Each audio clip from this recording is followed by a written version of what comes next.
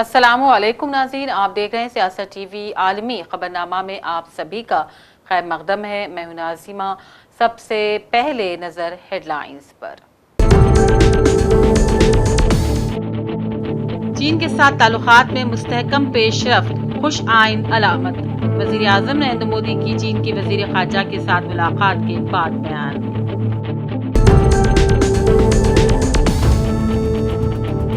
افغانستان، پاکستان اور چین کے وزرائے خارجہ کا اجلاس، تینوں ممالک کے درمیان علاقائی تعاون کو مضبوط بنانے سے متعلق امور پر بات چیت۔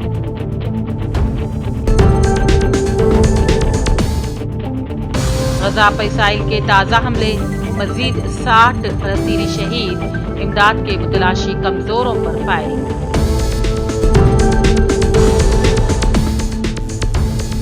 ایران سے وطن واپس آنے والے افغان مہاجرین کی بس کو حادثہ، 76 جاں بحق، مسافرین سے بھری بس موٹر سائیکل اور آئل ٹینکر سے ٹکرا گئی، نعشیں ناقابل شناخت۔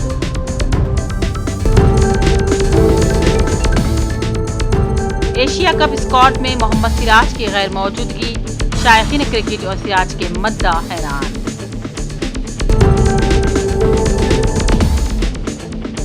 اور موسلادھار بارشوں نے کراچی کو مفلوج کر دیا، پاکستان میں سیلاب سے اب تک سینکڑوں جاں بحق، مزید بارشوں کی وارننگ۔ ہیڈ لائنز آپ نے دیکھی، اب پیش ہے خبروں کی تفصیل۔ شروعات کرتے ہند چین کی خبر سے بارے میں، جیسے کہ وزیر اعظم مودی نے کہا کہ چین کے ساتھ ہندوستان کے تعلقات میں مستحکم پیش رفت آ رہی ہے۔ واضح ہے کہ چین کے وزیر خارجہ وانگ یی نے دورے نئی دہلی کے دوران وزیر اعظم مودی کے ساتھ ملاقات کی۔ اس موقع پر مودی نے کہا، مستحکم، قابل پیشن گوئی اور تعمیری تعلقات علاقائی عالمی امن و خوشحالی میں نمایاں کردار ادا کریں گے۔ وزیر خارجہ چین ہندوستان کے دورے پر پیر کو نئی دہلی پہنچے تھے۔ امریکہ کی طرف سے ہندوستان پر 50% ٹیرف کی منظوری کے بعد ہندوستان میں موجود روسی سفارتکار کے اعلیٰ سربراہ نے کہا، اگر ہندوستانی سامان کو امریکی مارکیٹ میں داخل ہونے مشکلات کا سامنا ہے تو پھر روسی مارکیٹ ہندوستانی برآمدات کا خیر مقدم کرنے تیار ہے۔ If the Indian goods are facing difficulties entering the US market, the Russian market is, would welcome Indian imports to the most extent possible. So don't worry about that. So as far as energy is concerned, indeed, so we see that actually that would be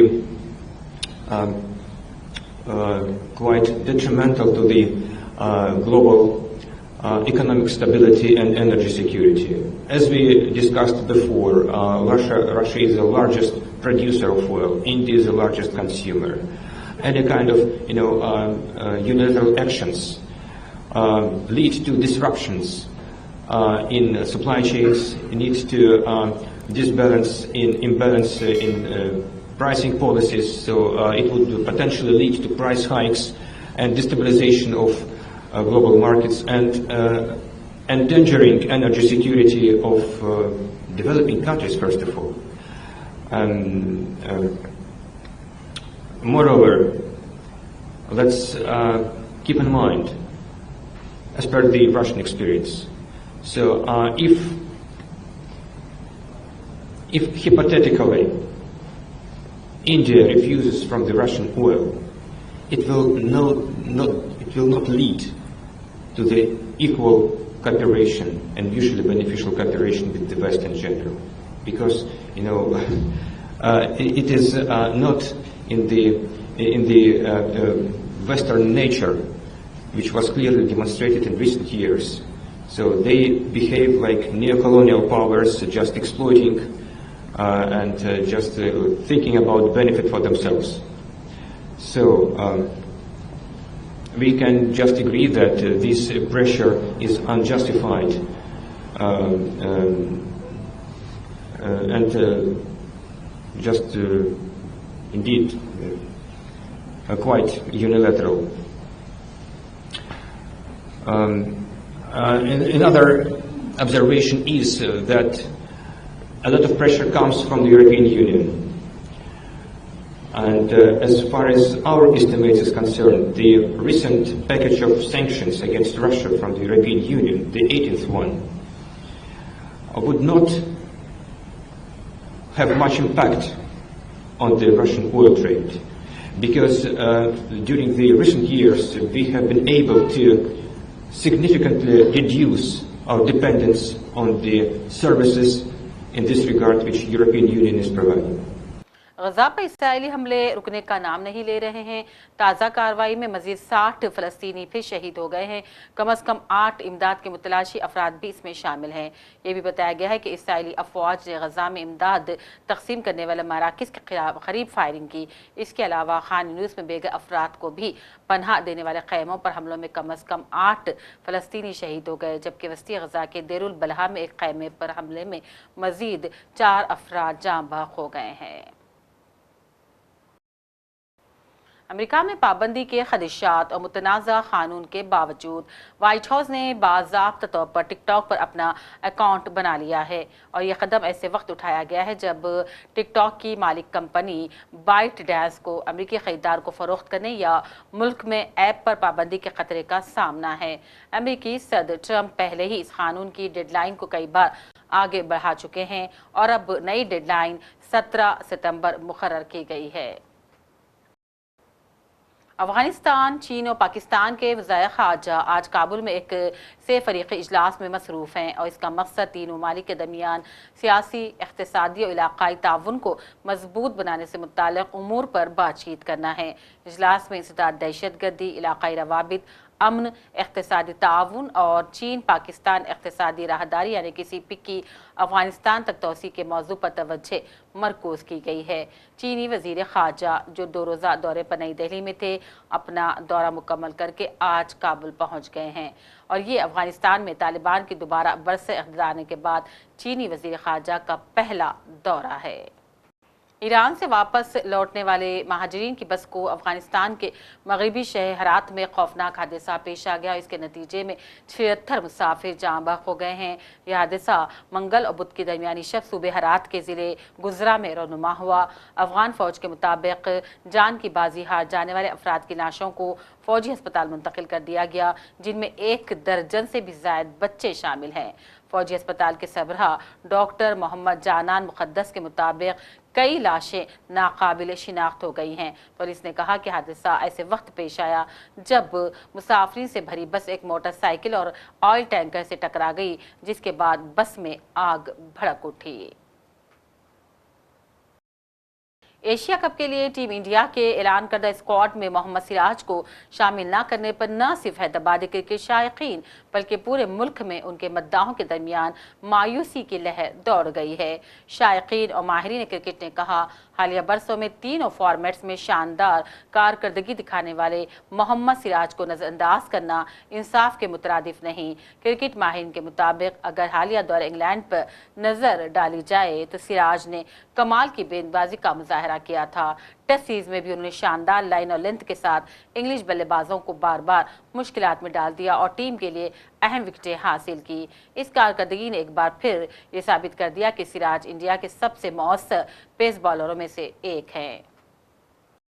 اور پاکستان میں بارش نے تباہی مچا کے رکھ دی ہے۔ ایسے میں پاکستان کے صوبے خیبر پختونخوا میں گزشتہ 3 روز کے دوران شدید بارشوں اور سیلاب کے باعث کم از کم 360 افراد جاں بحق ہو گئے ہیں، جبکہ صوبہ تاحال ریکارڈ بارشوں سے پیدا ہونے والی تباہ کاریوں سے سنبھلنے کی کوشش کر رہا ہے۔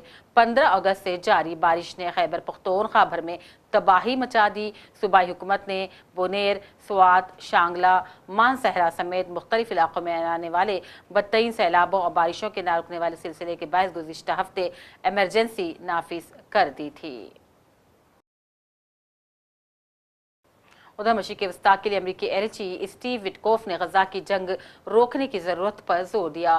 یہ بیان ایسے وقت آیا جب ثالثی ممالک اب بھی غزہ میں جنگ بندی، حماس و اسرائیل کے درمیان قیدیوں کے تبادلے سے متعلق نئی تجویز پر اسرائیلی جواب کے منتظر ہیں۔ وٹکوف نے کہا کہ غزہ میں صرف اور صرف جنگ بندی ہی وقت کا اہم تقاضا ہے۔ اور ناظرین، غزہ پٹی اس وقت دو انتہاؤں کے درمیان جھول رہی ہے۔ ایک طرف جنگ بندی کی کوششیں تو دوسری طرف لڑائی کے پھیلنے کا خدشہ، جہاں ثالثی فریق اسرائیلی جواب کے منتظر ہیں جو نئی جنگ بندی کی تجویز کے حوالے سے دیا جانا باقی ہے، تو وہیں اسرائیلی اضافی فوجیوں کو تربیت کے احکامات موصول ہونا شروع ہو گئے ہیں، جس سے کہ اسرائیل کے اعلان کردہ قبضے کے بارے میں انتباہات میں اضافہ ہو گیا ہے۔ لبنانی پارلیمنٹ کے اسپیکر عمل تحریک کے سربراہ نبیہ بری نے حزب اللہ کو فوج کے ساتھ تعاون کی دعوت دی ہے۔ واضح رہے کہ بری حزب اللہ کے حلیف ہیں اور یہ موقف ایسے وقت سامنے آیا ہے جب لبنانی حکومت کی جانب سے اس فیصلے پر عمل درآمد شروع ہونے کا انتظار ہو رہا ہے کہ ملک میں اسلحہ صرف ریاست کے ہاتھ میں ہونا چاہیے۔ اقوام متحدہ کے دفتر برائے انسانی حقوق نے خبردار کیا ہے کہ غزہ کے تمام علاقوں میں قحط کا خطرہ بڑھ رہا ہے کیونکہ اسرائیلی امدادی سامان کی رسائی میں رکاوٹ ڈال رہا ہے۔ عسکری حملے بھی جاری ہیں جو مزید فلسطینیوں کو نقل مکانی پر مجبور کر رہے ہیں۔ یہ صورتحال براہ راست اسرائیلی حکومت کی پالیسیوں کا نتیجہ ہے جو انسانی امداد کی رسائی کو روک رہی ہے۔ اور ایک نمایاں پیش رفت میں امریکی ارب پتی ایلون مسک نے اپنی اس منصوبہ بندی سے پیچھے ہٹنا شروع کر دیا ہے جس کے تحت وہ ایک نئی سیاسی جماعت بنانے جا رہے تھے اور جس کا نام امریکہ پارٹی رکھا گیا تھا۔ ایلون مسک کی خواہش ہے کہ وہ ٹیسلا اور اسپیس ایکس جیسی اپنی کمپنیوں پر توجہ دیں اور نائب صدر جے ڈی وینس جیسے ریپبلکن رہنماؤں کے ساتھ اپنے اچھے تعلقات کو برقرار رکھیں۔ یہی وجہ ہے کہ اب ارب پتی سرمایہ کار ایلون مسک نے اس منصوبے کو فی الحال ملتوی کر دیا ہے۔ آسٹریلیا نے اسرائیلی رہنما نتنیاہو کو شدید تنقید کا نشانہ بنایا، جنہوں نے آسٹریلیا کے وزیر اعظم کو کمزور قرار دیا۔ آسٹریلیا کے ایک وزیر نے کہا، طاقت اس سے کہیں زیادہ ہے کہ آپ کتنے لوگوں کو اڑا سکتے ہیں۔ کئی اشروں سے آسٹریلیا نے خود کو اسرائیل کا قریبی دوست قرار دیا تھا، لیکن گزشتہ ہفتے کینبرا کی جانب سے فلسطینی ریاست کو تسلیم کرنے کے اعلان کے بعد سے اسرائیل اور آسٹریلیا کے تعلقات تیزی سے کشیدہ ہو گئے ہیں۔ انگلش فٹ بال کلب لیورپول کے مصری فارورڈ محمد صلاح نے اپنے کیریئر میں تیسری مرتبہ انگلینڈ کے بہترین کھلاڑی کا ایوارڈ جیت لیا۔ وہ اس انعام کی تاریخ میں پہلے کھلاڑی بن گئے ہیں جنہوں نے سن 1973 اور 74 کے سیزن سے شروع ہونے والے اس اعزاز کو 3 بار اپنے نام کر لیا۔ محمد صلاح کو پروفیشنل فٹ بالرز ایسوسی ایشن اور کھلاڑیوں کی یونین کے ارکان کی جانب سے سب سے زیادہ ووٹ ملے، جس کی بدولت انہوں نے 90 سیزن میں تیسری بار یہ اعزاز اپنے نام کر لیا۔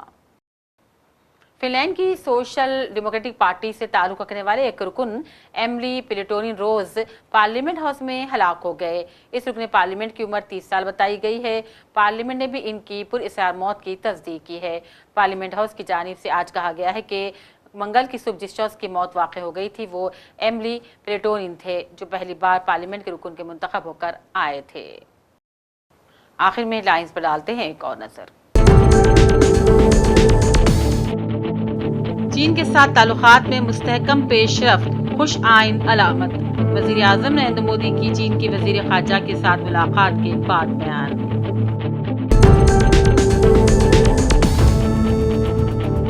افغانستان، پاکستان اور چین کے وزرائے خارجہ کا اجلاس، تینوں ممالک کے درمیان علاقائی تعاون کو مضبوط بنانے سے متعلق امور پر بات چیت۔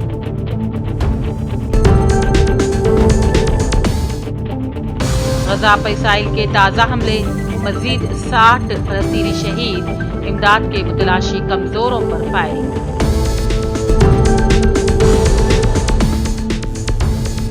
ایران سے وطن واپس آنے والے افغان مہاجرین کی بس کو حادثہ، 76 جاں بحق، مسافرین سے بھری بس موٹر سائیکل اور آئل ٹینکر سے ٹکرا گئی، نعشیں ناقابل شناخت۔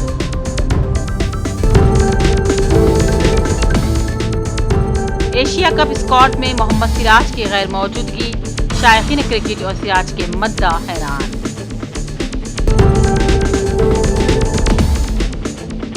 اور موسلادھار بارشوں نے کراچی کو مفلوج کر دیا، پاکستان میں سیلاب سے اب تک سینکڑوں جاں بحق، مزید بارشوں کی وارننگ۔ اسی کے ساتھ عالمی خبرنامہ کا سلسلہ اب یہیں اختتام کو پہنچتا ہے۔ پوری ٹیم کے ساتھ دیجیے اجازت۔ دیکھتے رہیے سیاست ٹی وی۔ اللہ حافظ۔